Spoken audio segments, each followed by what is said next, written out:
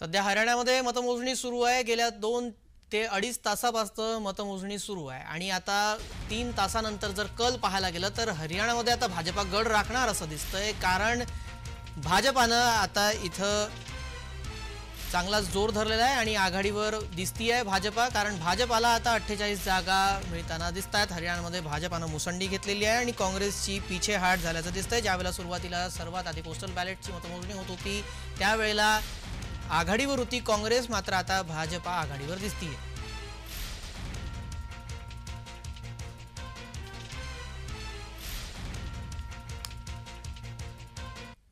दरम्यान हरियाणामध्ये कोण प्रमुख उमेदवार आहेत त्यावर एक नजर टाकूयात। दुष्यंत चौटाला हे माजी मुख्यमंत्री आणि जननायक जनता पक्षाचे म्हणजे जेजेपी चे उमेदवार आहेत। त्यानंतर अभयसिंह चौटाला हे 2019 मध्ये अभयसिंह चौटाला यांनी भाजपाच्या पवन बेनीवाल यांचा पराभव केलेला होता, त्यामुळे त्यांचं नाव त्यावेळेला चर्चेत होतं।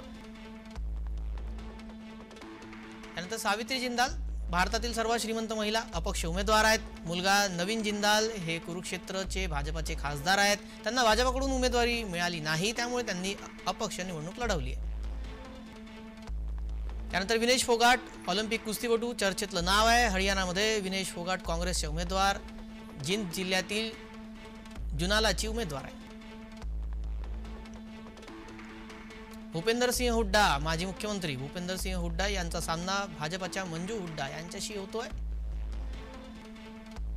त्यानंतर नायब सिंह सैनी भाजपाचे मुख्यमंत्री नायब सिंह सैनी पुन्हा निवडणुकीसाठी उभे आहेत।